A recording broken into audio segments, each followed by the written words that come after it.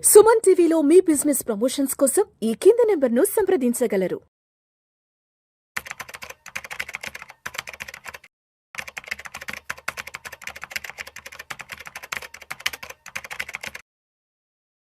నమస్తే అండి, నేను మీ రేవంత్ చలమల. సో ఈరోజు మ్యూచువల్ ఫండ్స్కి సంబంధించి కొన్ని విషయాలు నేను చెప్పాలనుకుంటున్నాను. అసలు ఎవరికి ఎటువంటి మ్యూచువల్ ఫండ్స్ సూట్ అవుతాయి. సో ఇక్కడ మ్యూచువల్ ఫండ్స్ అనగానే జస్ట్ ఒక బై సెల్ బటన్ ఫోన్లో ఉంటుంది కాబట్టి it's a very easy concept అన్నట్టుగా అనుకుంటాం. కాకపోతే end of the day mutual fund is a direct product of a stock market. So దాన్ని మనం కంప్లీట్గా అర్థం చేసుకోలేనప్పుడు మ్యూచువల్ ఫండ్లో మనకి నచ్చినట్టుగా సెలెక్ట్ చేసుకుంటూ పోతే, కనిపించిందల్లా కొనుక్కుంటూ వెళ్తే మన అవసరాలు తీరే ఛాన్సెస్ లేవు. సో ఇక్కడ మనకి తెలియని దాన్ని ఏదైనా సరే కొంత యాక్టివ్గా మేనేజ్ చేసేటువంటి సిచ్యువేషన్స్ ఉండాలి, ఒక గైడెన్స్ ఖచ్చితంగా ఉండాలి. సో ఇప్పుడు మనకు అసలు మ్యూచువల్ ఫండ్స్లో ఎన్ని రకాలు ఉంటాయి, ఎటువంటి మ్యూచువల్ ఫండ్ ఎటువంటి వాళ్ళకి సూట్ అవుతుంది అన్న దాని గురించి మనం ఫస్ట్ డిస్కస్ చేసే ప్రయత్నం చేద్దాం. సో ఫస్ట్ అసలు మ్యూచువల్ ఫండ్స్ని అర్థం చేసుకోండి. మ్యూచువల్ ఫండ్స్లో మనకి ముందుగా 3 రకాల కిందకి విభజించబడి ఉంటుంది. ఫస్ట్ కేటగిరీ వచ్చేసరికి మనకి capitalization based, market capitalization based అని ఒకటి ఉంటుంది. సో ఫస్ట్ మార్కెట్ క్యాపిటలైజేషన్ అంటే ఏంటి? కంపెనీ యొక్క విలువను బేస్ చేసుకొని ఇచ్చేటువంటి ర్యాంకింగ్ 1 నుంచి 500 వరకు ఇట్లా ర్యాంకింగ్ ఉంటుంది కదా. ఎక్కువ క్యాపిటల్ అంటే పెద్ద size company number 1, second size company, అట్లా 500 కంపెనీల వరకు కూడా ఐడెంటిఫై చేసి పెట్టిందని క్యాపిటలైజేషన్ బేస్డ్ అంటారు. ఈ మార్కెట్ క్యాపిటలైజేషన్ బేస్లో మనకి ముందుగా ఉండేది లార్జ్ క్యాప్. లార్జ్ క్యాప్ అని అంటే మొదటి 100 కంపెనీస్. దాని తర్వాత ఉండేది మనకి మిడ్ క్యాప్. మిడ్ క్యాప్ అంటే తర్వాత ఉండేటువంటి 150 కంపెనీలు. దాని తర్వాత ఉండేటువంటిది మనకి స్మాల్ క్యాప్, అంటే ఇక్కడ తర్వాత ఉండేదంతా 250 కంపెనీలు. సో ఈ మొత్తం కలిపితే 500 కంపెనీలు. సో దీని ప్రకారంగానే మనకి మార్కెట్ క్యాపిటలైజేషన్ బేసిస్లో large cap funds, mid cap funds, small cap funds, ఇట్లా 3 రకాలు ఉంటాయి. సో ఇక్కడ మనకి కాంబినేషన్ కూడా ఉంటుంది. లార్జ్ అండ్ మిడ్ ఈ రెండింటిని కలిపి కూడా ఒక ఫండ్ కింద డిజైన్ చేస్తారు. లార్జ్ అండ్ మిడ్ అని చెప్పేసి కూడా ఉంటుంది. సో బేసిక్గా ఈ క్యాపిటలైజేషన్ ఫండ్స్ అసలు ఎవరు ఇన్వెస్ట్ చేయాలి? ఈ క్యాపిటలైజేషన్ ఫండ్స్ అనేవి అందరికీ సూట్ కావు. మనకి చాలా ఈజీగా కనిపిస్తుంది కానీ large cap, mid cap, small cap selection అనేది. కానీ యాక్చువల్గా లార్జ్, మిడ్, స్మాల్ సెలెక్ట్ చేయాలన్నా కానీ మనకి మార్కెట్ వాల్యుయేషన్స్ మీద మాత్రం అవగాహన ఉండాలి. సో ఇక్కడ మనము అందుకే లెవెల్ 1 ఇన్వెస్టర్ అంటే నాకు ఏం తెలియదు బేసిక్స్, లెవెల్ 2 ఇన్వెస్టర్ బేసిక్ మార్కెట్ని నేను చూస్తాను, నాకు వాల్యుయేషన్స్ వరకు అర్థం చేసుకుంటాను. లెవెల్ 3 కొద్దిగా కాదు బాగా రీసెర్చ్ చేస్తాను, మార్కెట్ మీద నాకు మంచి పట్టుంది, నాకు మార్కెట్ వాల్యుయేషన్స్ తెలుసు, సెక్టర్ అనాలిసిస్ తెలుసు, ఎకనామిక్ అనాలిసిస్ తెలుసు, టెక్నికల్ అనాలిసిస్ తెలుసు, నాకు ప్రతి ఒక్క దాని మీద అవగాహన ఉంది అన్న వాళ్ళు లెవెల్ 3 కేటగిరీలోకి వస్తారు. సో ఈ market capitalization based large, mid, small ఎవరికి సూట్ అవుతుంది? లార్జ్, మిడ్, స్మాల్ అనేది మాత్రం ఇక్కడ లెవెల్ 2 వాళ్ళకి సూట్ అవుతుంది. Large, mid, small. So level 2 వాళ్ళు అదేంటి? అది చాలా బేసిక్ కదా, మనం డైరెక్ట్గా లెవెల్ 1 కదా అది.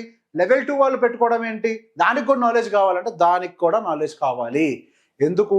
మార్కెట్ యొక్క వాల్యుయేషన్ బేస్ చేసుకొని ఎప్పుడు మిడ్ క్యాప్, ఎప్పుడు స్మాల్ క్యాప్, ఎప్పుడు లార్జ్ క్యాప్, ఎంతంత రేషియోస్లో పోర్ట్ఫోలియో అలొకేషన్ ఇవ్వాలి, 50% లార్జ్కి ఇవ్వాలా, 30 దీనికి వేయాలి, దేనికి ఎంత ఇవ్వాలి. సో ఈ కాంబినేషన్ అనేది మనకు కరెక్ట్గా వర్కౌట్ చేయడం రాకపోతే పోర్ట్ఫోలియో డ్రాగ్ అవ్వడానికి చాలా ఎక్కువ ఛాన్సెస్ ఉంటాయి. సో మనకి కొద్దిగా నాలెడ్జ్, మార్కెట్ వాల్యుయేషన్స్ ఎలా ఉన్నాయి, లార్జ్ క్యాప్ యొక్క వాల్యుయేషన్ ఎంత, మిడ్ క్యాప్ యొక్క వాల్యుయేషన్, స్మాల్ క్యాప్ యొక్క వాల్యుయేషన్, అండ్ మార్కెట్ యొక్క వాల్యుయేషన్, అండ్ ఎకానమీలో ఉన్నటువంటి uncertainties, political uncertainties, political wars, వీటన్నిటిని అర్థం చేసుకోగలిగితే మనకి ఈ లెవెల్ 2 వాళ్ళు లార్జ్, మిడ్, స్మాల్లోకి ఎంటర్ అవడానికి అర్హత ఉన్నట్టు. మరి లెవెల్ 1 వాళ్ళకి ఏది? ఇక్కడే వస్తుంది. ఇక్కడ మనకి నెక్స్ట్ డైవర్సిఫికేషన్ బేస్డ్ అనేది ఒక కాన్సెప్ట్ ఎంటర్ అవుతుంది. సో డైవర్సిఫికేషన్ బేస్డ్ అంటే ఏంటి? సో ఈ పాయింట్లో మనకి ఇక్కడ కనిపిస్తుంది అంటే లార్జ్, మిడ్, స్మాల్ కదా. సో బేసిక్ ఇక్కడ మనకి ఏది ఇన్వెస్ట్ చేయాలో తెలియదు అనుకున్నప్పుడు మనకి యాక్చువల్గా ఎంటర్ అయ్యేదే ఈ డైవర్సిఫికేషన్ బేస్డ్. సో డైవర్సిఫికేషన్ బేస్డ్లోనే మనకి మల్టీ క్యాప్, ఈ ఫ్లెక్సీ క్యాప్, ఇవన్నీ కూడా ఎంటర్ అవుతాయి diversification based. So multi cap ఒకటి అండ్ ఫ్లెక్సీ క్యాప్ ఇది ఒకటి. సో బేసిక్గా ఈ మల్టీ క్యాప్, ఫ్లెక్సీ క్యాప్ అనేది యాక్చువల్గా లెవెల్ 1 వాళ్ళకి సూట్ అవుతుంది. I will explain why. So multi cap and flexi cap యొక్క పని ఏంటి? సో మల్టీ క్యాప్ అని అంటే ప్రతి ఒక్క సెగ్మెంట్లో లార్జ్, మిడ్, స్మాల్ అన్నిట్లో కూడా మినిమం 25% పెట్టుకుంటూ ఎక్స్ట్రా ఉన్నటువంటి 25%ని మిడ్లోనో లార్జ్లోనో స్మాల్లోనో వాళ్ళకి అనుకూలంగా ఎలాకేషన్ చేస్తారు. అదే ఫ్లెక్సీ క్యాప్ అనుకోండి, దీనికి ఒక చిన్న బేసిస్ ఆఫ్ ఎలాకేషన్ సమ్వేర్ అరౌండ్ 15% ఎంత ఉన్నట్టుంది, అది బేస్గా పెట్టి మిగతాదంతా కూడా వాళ్ళకి అనుకూలంగా ఉన్న వాటిల్లో ఎలాకేషన్ పెడతారు. So flexi cap is very highly flexible for a fund manager, where in multi cap మనము కొంతవరకు నాకు ఖచ్చితంగా 25 ఇవ్వాలి, ఆ పైన 25 మాత్రం ఫండ్ మేనేజర్ని డిసైడ్ కానీ అని అంటే అప్పుడు మల్టీ క్యాప్ అనేది కొంతవరకు. సో ఇక్కడ ఫ్లెక్సీ క్యాప్ బాగుంటుందా మల్టీ క్యాప్ బాగుంటుందా అని అంటే నా దృష్టిలో మనకి తెలియనప్పుడు ఫ్లెక్సీ క్యాప్ జోలికి వెళ్ళాలి. ఎందుకు?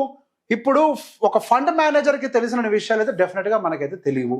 మనం అనుకుంటాం అంతే, అక్కడ కూర్చొని సరదాగా ఏదో ఒక చైర్లో కూర్చొని అటు ఇటు ఊక్కుంటూ ఆ ఫండ్ బాగాలేదు, వాడు ఒక వేస్ట్ ఫండ్ మేనేజర్ అని మాట్లాడుకుంటాం. కానీ వాళ్ళు 100 కోట్లు ఖర్చు పెడతారు, డే అండ్ నైట్ పనిచేస్తారు, సమ్ టైమ్స్ ఫెయిల్ అవుతారు, సమ్ టైమ్స్ సక్సెస్ఫుల్ అవుతారు. సో ఎప్పుడైనా సరే ఒక ఫండ్ మేనేజర్కి ఉండే నాలెడ్జ్ మనకు ఉండదు. కాబట్టి let the fund manager take a decision on hour behalf, మన తరపున వాళ్ళు నిర్ణయం తీసుకొనివ్వండి. సో ఇక్కడ multi cap and flexi cap అనేది ప్రాపర్గా మనకి లెవెల్ 1 వాళ్ళకి సూట్ అవుతుంది. అండ్ ఇదే కేటగిరీలోకి కొంతవరకు మనకి వాల్యూ ఫండ్స్ ఇట్లాంటివి కూడా వస్తాయన్నమాట. సో ఈ బేసిక్ ఇంకొంచెం రీసెర్చ్ చేయాలి, దాని గురించి తర్వాత ఎప్పుడైనా ఎక్స్ప్లెయిన్ చేస్తారు, వీడియోలో దీనికి సరిపోదు. So multi cap and flexi cap ఈ రెండు లెవెల్ 1 వాళ్ళకి సూట్ అవుతాయి. ఎందుకనంటే ఫండ్ మేనేజర్ అట్లీస్ట్ మన తరపున నిర్ణయాలు తీసుకునే ప్రయత్నం చేస్తాడు.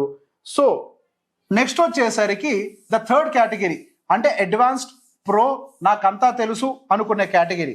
అండ్ మళ్ళీ చెప్తున్నా, ఏమేమి తెలుసు ఉండాలి, ఖచ్చితంగా మనం లెవెల్ 3లో ఉండాలి అని అంటే మనకి సెక్టార్ సైకిల్ అంటే ఏంటో తెలిసి ఉండాలి, ఏ టైంలో ఏ సెక్టార్ ఎట్లా పరిగెడుతుందో తెలిసి ఉండాలి, వాటి యొక్క వాల్యుయేషన్స్ ఎలా ఉన్నాయో తెలిసి ఉండాలి, ప్రభుత్వం ఎటువంటి బడ్జెట్ను రిలీజ్ చేస్తుందో తెలిసి ఉండాలి, వాటి యొక్క ఇంపాక్ట్స్ ఏ టైంలో మార్కెట్లో కనపడతాయో తెలిసి ఉండాలి, పొలిటికల్ అన్సర్టనిటీస్ ఎలా ఉంటాయో తెలిసి ఉండాలి, అండ్ కంపెనీస్ యొక్క నంబర్స్ అంటే అట్లీస్ట్ సెక్టార్ వైజ్గా నంబర్స్ ఎట్లా వస్తున్నాయో తెలుసుకొని ఉండాలి, గ్లోబల్ ఎకనామిక్ సిచ్యువేషన్ ఎలా ఉంటుందో తెలుసుకొని ఉండాలి.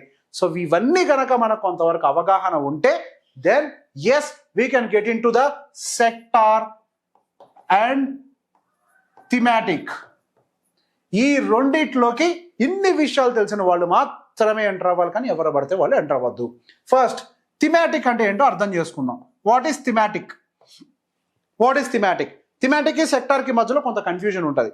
థీమ్ అంటే ఏం లేదండి, ఇప్పుడు ఫర్ ఎగ్జాంపుల్ మనుషులు వాడుకునే వస్తువులు అన్నీ అనంటే 2-వీలర్ వెహికల్స్ అవ్వచ్చు, 4-వీలర్ వెహికల్స్ అవ్వచ్చు, ఫర్నిచర్, లైట్లు, ఫ్యాన్లు, ఏసీలు, ఫుడ్, వీటన్నిటిని కలిపి మనం ఒక కన్జంప్షన్ అని అంటాం. So this is called a theme. అంటే అందులో అన్ని సెక్టార్స్ కలిసి ఉన్నాయి, అంటే కొన్ని సెక్టార్స్ కలిపి ఒక దగ్గరికి తీసుకొని వస్తే దాన్ని థిమాటిక్ అని అంటాం. సెక్టార్స్ టుగెదర్ అంటే ఎక్కువ సెక్టార్స్ కలిసి ఉంటే మనం థిమాటిక్ అని అంటాం. సో నెక్స్ట్ వచ్చేసరికి సెక్టోరియల్ అంటే one single, auto, only energy, and లేకపోతే మనం ఏమంటే ఓన్లీ ప్రైవేట్ బ్యాంక్స్, ఇట్లా FMCG, particular to the dot point, దాన్ని సెక్టార్స్ అని చెప్పేసి అంటాం. సో ఈ రెండిట్లో హైయెస్ట్ రిస్క్ ఏది అని అంటే sector is the highest risk. ఒక్కసారి దెబ్బ కొట్టిందా కోలుకోవడం మళ్ళీ కష్టం. Thematic and sectoral both are very risky, అందులో సెక్టార్ ద హైయెస్ట్ రిస్కీ. అసలు ఓవరాల్ మ్యూచువల్ ఫండ్స్లో ద మోస్ట్ డిఫికల్ట్ థింగ్ ఏంటి అని అంటే handling the sector funds. Next comes the thematic funds, next comes the large, mid and small, and last is the flexi and multi cap funds. So ఈ రెండింటిని handle చేయడం చాలా కష్టం. వీటిని correct రేషియోలో, ప్రపోర్షన్లో కనుక మనం మెయింటైన్ చేయకపోతే ఇవి కొట్టే దెబ్బ చాలా గట్టిగా ఉంటుంది. సో లెవెల్ 3 వాళ్ళు మాత్రమే ఇక్కడ సాధ్యమైనంత వరకు థిమాటిక్ అండ్ సెక్టోరియల్ వీళ్ళు మాత్రమే ఇందులోకి రావాలి. సో లెవెల్ 1 వాళ్ళు మల్టీఫ్లెక్స్ ఇట్లాంటి వాటిల్లో ఉండాలి, లెవెల్ 2 వాళ్ళు లార్జ్, మిడ్, స్మాల్లో ఉండాలి, అండ్ లెవెల్ 3 వాళ్ళు థిమాటిక్ అండ్ సెక్టోరియల్లో ఉండాలి. సో ఇక్కడతో అయిపోయిందా? ఇంకా లేవా స్టాక్ మార్కెట్లో, మ్యూచువల్ ఫండ్స్ ఇంకా అసలు లేవా అంటే ఇంకా బోర్డ్ అని మ్యూచువల్ ఫండ్స్ ఉన్నాయి. సో బేసిక్గా నేను కేవలం ఈక్విటీ ఎక్స్పోజర్ ఒకటే కాదు, నాకు మార్కెట్ అంటే భయం, నాకు ప్రాపర్గా ఎక్స్పోజర్ కావాలి, నేను గోల్డ్ కొనుక్కోవాలి కానీ ఎట్లా కొనాలో తెలియదు, నాకు బాండ్స్ కొనాలి ఎట్లా కొనాలో తెలియదు, నాకు రియల్ ఎస్టేట్ కావాలి ఎట్లా కొనాలో తెలియదు, అంటే రీచ్ ఎట్లా కొనాలో తెలియదు.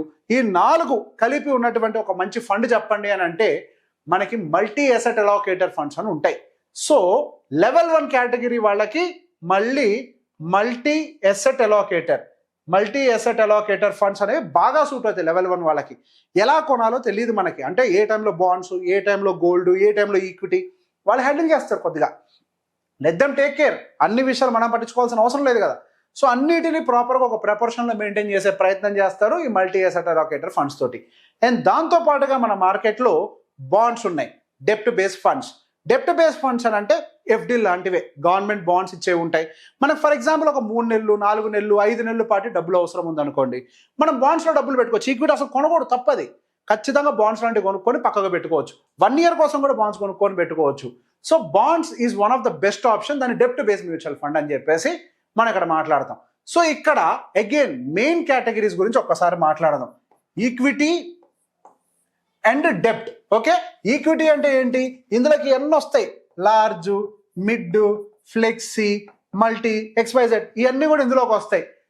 అండ్ నెక్స్ట్ మనకి డెప్ట్ బేస్డ్ ఫండ్స్ అని అంటే ఏంటి? లో duration, ultra short duration, corporate securities ఇవన్నీ కలిపి డెప్ట్లోకి వస్తాయి. సో బేసిక్గా ఈ రెండింటిని కలిపి హ్యాండిల్ చేసేవి హైబ్రిడ్ ఫండ్స్. ఇది ఒక కేటగిరీ. సో మొత్తం మనకి 3 మెయిన్ కేటగిరీస్ మ్యూచువల్ ఫండ్లో చెప్పాలంటే ఈక్విటీ, డెప్ట్ అండ్ హైబ్రిడ్. సో ఈ రెండింటి కాంబినేషన్ హైబ్రిడ్ ఫండ్స్. ఈ హైబ్రిడ్ ఫండ్స్ అనేవి ఇన్ జనరల్గా రిస్క్ పాయింట్ ఆఫ్ వ్యూ కొంచెం తక్కువగా ఉంటాయి. అగ్రెసివ్ హైబ్రిడ్ కావాలంటే వెళ్ళొచ్చు, మోడరేట్గా వెళ్ళొచ్చు. అగ్రెసివ్ అంటే అప్ టు 75% వరకు కూడా ఈక్విటీ ఉంటుంది. సో అట్లా సో బేసిక్గా 50% ఈక్విటీ ఎక్స్పోజర్ ఉంటుంది, 20% ఈక్విటీ ఎక్స్పోజర్ ఉంటుంది, బ్యాలెన్స్డ్ అడ్వాంటేజ్ ఫండ్స్ ఉంటాయి. So there are so many funds which are available in the stock market. దాదాపుగా 36 కేటగిరీల మ్యూచువల్ ఫండ్స్ ఉన్నాయి. సో ఇక్కడ అందుకే మాట్లాడతాం ఎప్పుడు సూటబిలిటీ ఆఫ్ ద ప్రోడక్ట్. మనకి ఏది సూట్ అవుతుందో మనం ఆ పని చేయాలి. మనకి ఏం చేయాలో తెలియకపోతే అడ్వైజర్ దగ్గరికి వెళ్ళాలి. అన్నీ మనకు వచ్చినట్టుగా మనం మొదలు పెట్టేస్తే అసలు ఇందులో 36 కేటగిరీలు ఎక్స్ప్లెయిన్ చేయడానికి కూడా నాకు టైం సరిపోదు. అన్ని కేటగిరీస్ ఆఫ్ ఫండ్స్ ఉన్నాయి, అందులో సబ్ కేటగిరీస్ ఉంటాయి, వాటి యొక్క పర్ఫార్మెన్స్లు మారుతాయి, వాటి యొక్క వెయిటేజెస్ ఉంటాయి. అండ్ ఒక్కొక్క ఫండ్ గ్రోత్ ఓరియంటెడ్గా ఉందో తెలియదు, వాల్యూ ఓరియంటెడ్గా ఉందో తెలియదు. సో బేసిక్ ఎటు ఉండాలి? ఈ మార్కెట్ కండిషన్ గ్రోత్ ఓరియంటెడ్ మార్కెటా, వాల్యూ ఓరియంటెడ్ మార్కెటా, లేదా బ్లెండ్ మార్కెటా? సో బేసిక్ అన్నిటిని బేస్ చేసుకొని ఒక పోర్ట్ఫోలియోని మనం డిజైన్ చేసుకోవాలి. ఇవేవి నాకు తెలియదు అని అంటే level 1 is the best option. Let the fund manager take care. ఎటువంటి ఫండ్ సెలెక్ట్ చేసుకోవాలి అని అంటే ఫస్ట్ కేటగిరీ అంటే లో రిస్క్ ఫండ్స్ మనం సెలెక్ట్ చేసుకునే ప్రయత్నం చేయాలి. ఇక్కడ ఫస్ట్ ఒకటే గుర్తుపెట్టుకోండి, మనం పెట్టుబడి పెట్టేటప్పుడు రిటర్న్స్ కాదు important, first stability, security, first దీనికి ఇంపార్టెన్స్ ఇవ్వాలి. ఆ తర్వాత దాని మీద రిటర్న్స్ వస్తుంది. ఫస్ట్ ఎంటర్ అవుతాం, ₹1 రిటర్న్ తెచ్చుకుంటాం. అక్కడ బేస్ని స్ట్రాంగ్ చేయాలి, ఇంకో మెట్ ఎక్కాలి, బేస్ని స్ట్రాంగ్ చేయాలి, ఇంకో మెట్ ఎక్కాలి. So this is how we have to operate.